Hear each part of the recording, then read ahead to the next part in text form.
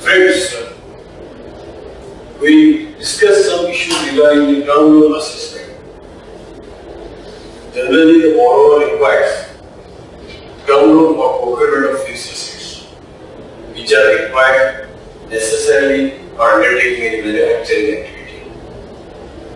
The borrower approaches a banker or the lender has to consider the requirement for procuring fixed assets in the form of land and building, plant and machinery, certain equipments are required, then vehicles are required, furniture, fixture, office furniture, fixtures in the manufacturing unit. All these things are, what is the extent of requirement is incorporated in the project report. Before undertaking any finance, as a banker, we need to first establish whether the project is technically viable and techno-economically viability study is done. That report is developed by the banker, and based on that, the report itself is indicated to what extent the unit will be requiring its term loan. As compared to working capital assessment, term loan assessment is a little bit simpler, but we are required to take one of the precautions here. First will be the cost of project.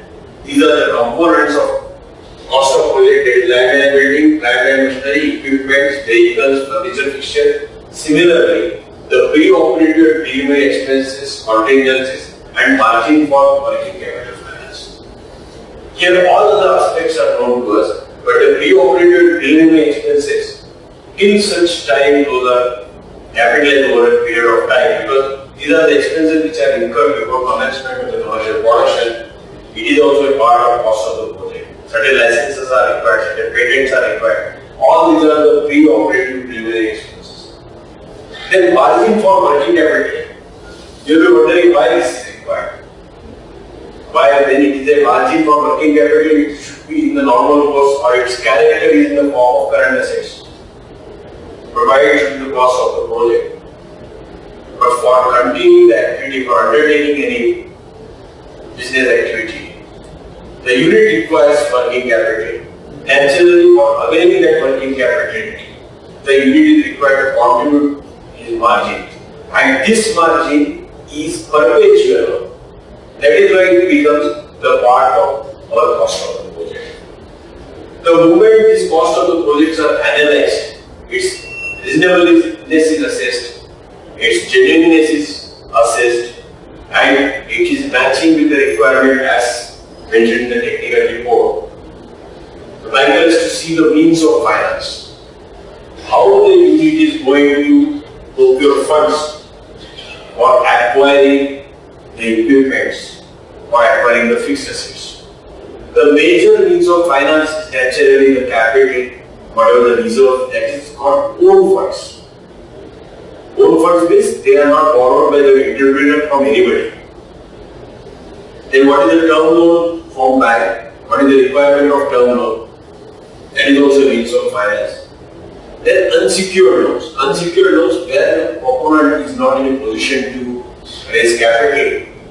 He gets from his relatives, friends, a little bit of unsecured loans which is long term in nature, which continues during the currency of the advance. That is also one of the means of finance. Then certain capital incentives are given by the government. It can be from the central government, it can be from the state government. It is also one of the means of finance. Of course, for getting this, there are many times different schemes are there. In certain cases, the capital incentive is available upfront. In majority of the cases, it is a back-end incentive. Once the unit is implemented, it starts functioning after completing say 2-3 years. These funds are made available, the incentive is available. But it continues to be a part of means of finance. For that, bank is a different arrangement for making the bridge finance available to take care of that gap between the approval of the capital incentive and actual release of the capital incentive. Then certain government subsidies are there. In order to encourage industries in industrially backward area, certain state governments grant certain subsidies. These subsidies are permanent in nature. They continue to be with the unit during such time the active business activity goes. So that subsidy is also a long-term source and it can be treated as means of finance. While extending term loan, as the banker I have already said, that we have to see whether the unit will be in a position to repay out of the adequate cash generation. So for deciding this, a payback period is extremely important.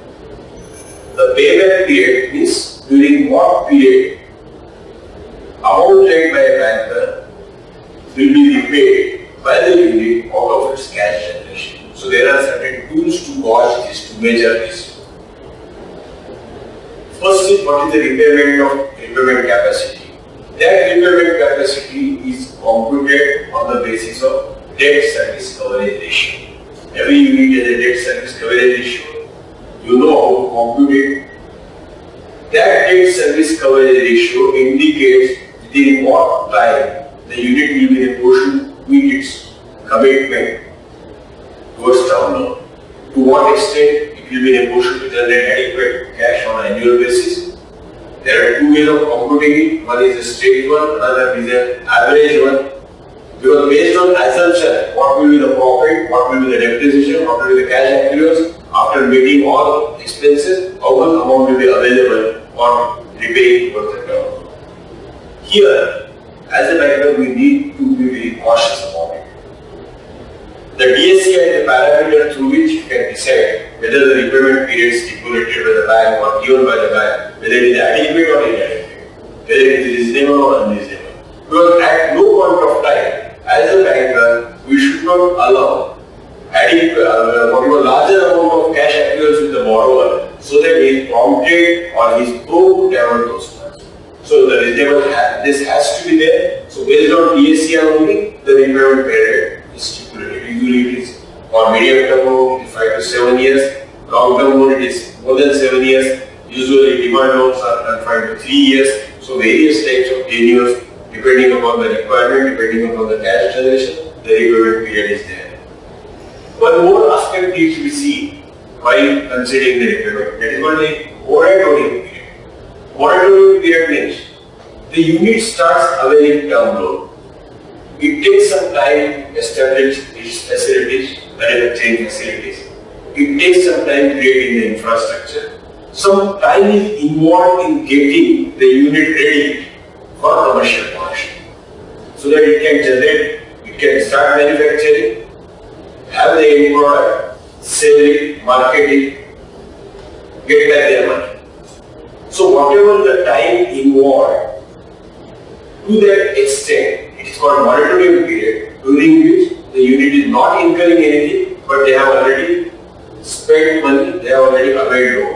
So that sort of repayment holiday is extended for this moratorium period. It is at the upfront only. The repayment will start after completion of the moratorium period. Then the unit they will not require, because in certain cases the unit starts its commercial activity in a very shorter period. There are certain units which require more than creating the infrastructure, for creating the market and for stabilizing the product activity. After trials, once the commercial production starts, naturally the moratorium period gets end. So that sort of facility can be extended. Nowadays, from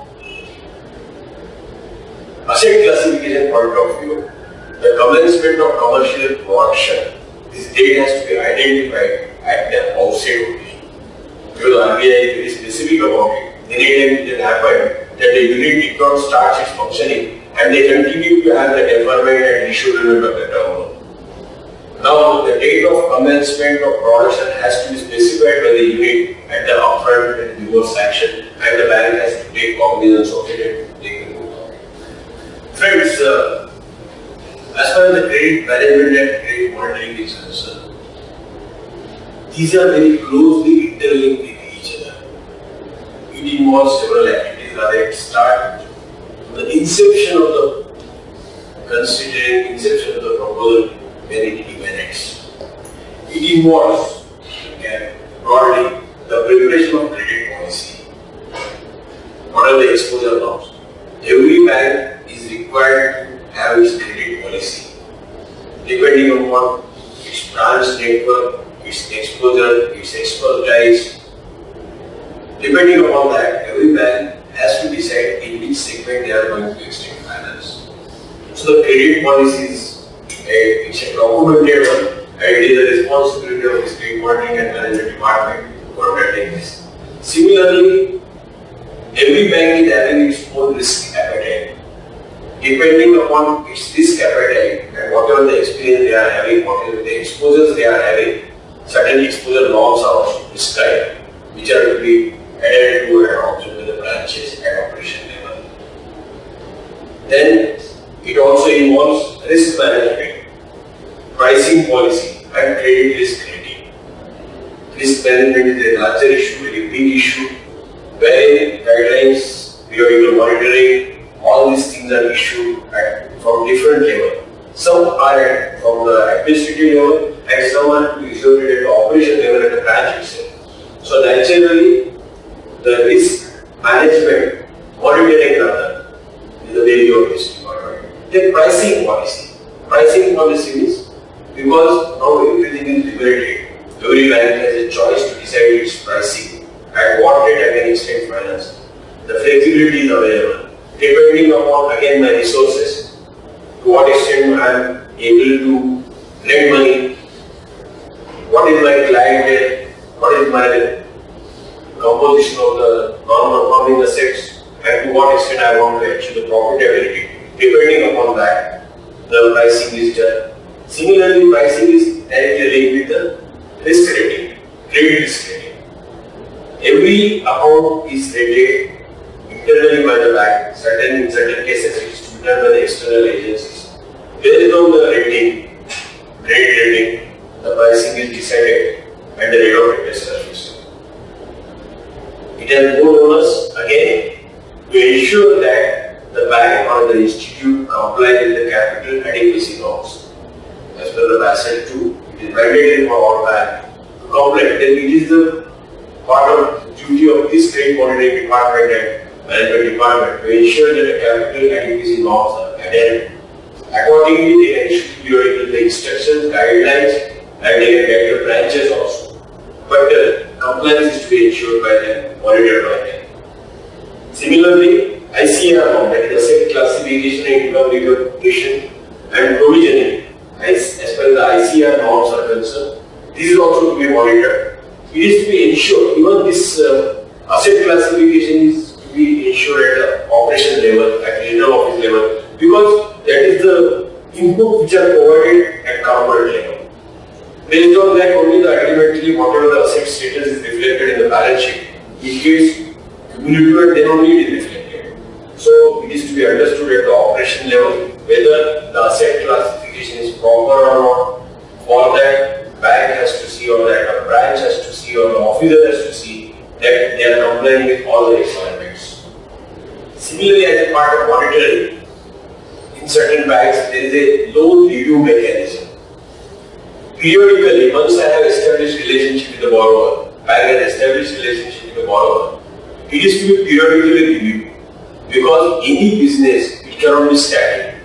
It is a dynamic process. So I need to have review, and it is a periodical review during which the entire assessment is done. Financial analysis is also done, and it is then decided whether I should continue the facility or not, I should extend the exposure or not. It's not that only the review exercise is to be done only at the time of enhancement in the review. Periodical review is mandatory, so that a bank is again re-examining the exposure in different points. So this exercise is also to be monitored by this department, which is very vital. In certain banks, after sanction, there is a post-review mechanism, the post-sanction review mechanism. Whatever the sanctions are there, whether those are properly implemented or not, because at operation level, some sort of control has to be resorted or exercised by the operating stock. But whether they are exercising or not is to be looked into by this credit monitoring and credit management department at corporate level or at institute level. Then the due diligence on borrower, this is a issue at the operation level. Due diligence is a very broad term where the reference or connotation gets varied. If suppose I want to have due diligence in case of credit card business, in case I want to have diligence in case of opening of savings bank account or current deposit account or term deposit account or deposit account, and the due diligence with the reference to borrower are different because the parameters are varied and the perception also gets changed. So in a broader term, suppose we say due diligence, so it should be from the credit risk angle only. Here it is very much necessary. That is, the proper identification will be there, KYC compliance will be there. The most, what you call, as I said, that credit monitoring or credit management starts from the inception itself.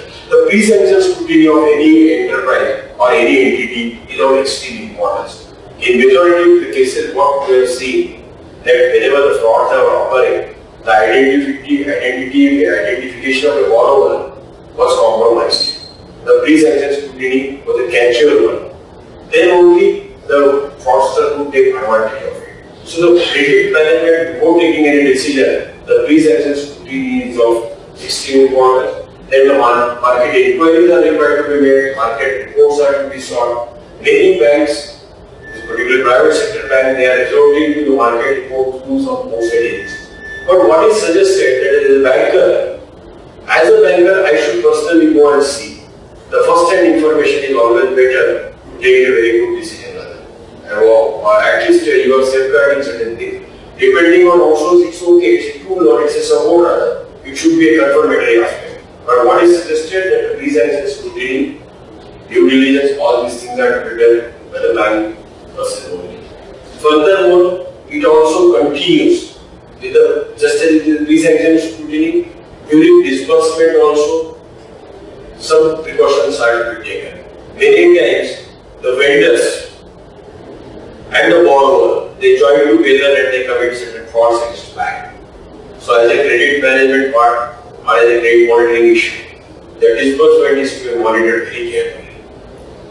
Even in cases, there are guidelines where you are required to obtain status report on the vendors also. Whether the vendors are identifiable or not, whether the vendors are in that business activity or not, is also to be seen. Otherwise, it will be sort of like you are depending on the customers, only submitting the invoices, based on that we are going ahead with the disbursement. So disbursement is very important from monitoring point of view. One more is during the implementation of any project, again the scrutiny has to be done.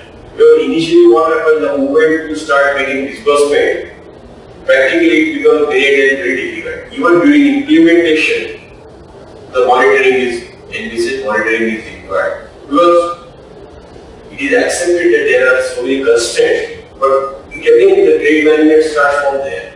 Monitoring of implementation, although it is an intermediate conversation, but since the bank has a stake, we need to monitor it.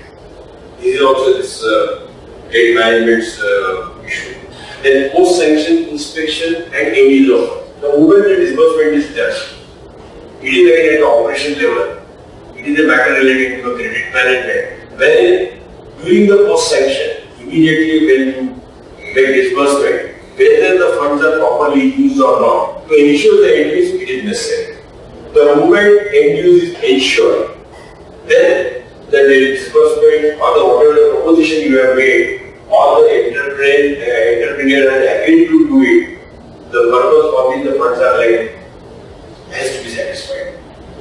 Friends, this credit monitoring and credit management also involves compliance with terms of sanction. In any proposal or any credit proposal, there are two stages. Certain terms and conditions are to be complied with at pre-disbursement stage, and few are post-disbursement stage. It is also observed that the terms which are to be complied with at the pre-disbursement stages, those are usually complied with, but there is always a laxity at the operational level or at any level you can say for compliance with the post-disbursement terms of sanction to be complied with after disbursement. So the credit monitoring also involves, and it is rather required to monitor these issues. It is to be ensured that all the pre-disbursement and post-disbursement compliances are complied with by the entrepreneur, by the borrower. Similarly, one stage is involved at the branch level. Account can be monitored, or account is required to be monitored through the stock statements. If it is a running account in the working capital finance, in cash credit, usually the stock statements are received and they are, as a matter of routine, just for computation of drawing forward, they are used, but the analysis is required there. In few of the cases, it is also reported in case of frauds that the value of stock was consistently indicated at the same level throughout. The submission was very prompt. The borrower used to submit the stock statement very promptly. Here, as a monitoring part, the stock statement includes several things. It is rather a picture what is happening at a particular unit. Naturally, it is to be followed by the post-sanction inspection, post-sanction scrutiny also. From the stock statement itself, a banker can make out whether there is any obsolescence of stock, what is the movement of stock, what is the purchases level, what is the quality of stock after considering the obsolescence, and what is the level of drawing forward. So this is a very useful tool. Similarly, periodical review, we have discussed that the annual review is an exercise through which you make a sort of entire, rather I can say dissection of a borrower. You go through the entire thing, you ask for everything, whether there is an enhancement or not. The entire review is taken. Whether to take a decision, whether to continue the facility, to extend the facility or to reduce the facility. Monitoring department of trade management also involves regular recovery. It has to ensure that the periodical interest and the installments are recovered at a stipulated frequency. In that sense, if you want to see that a credit monitoring involved, it starts from the pre-sanction stage. It can be conducted as an organization. The credit monitoring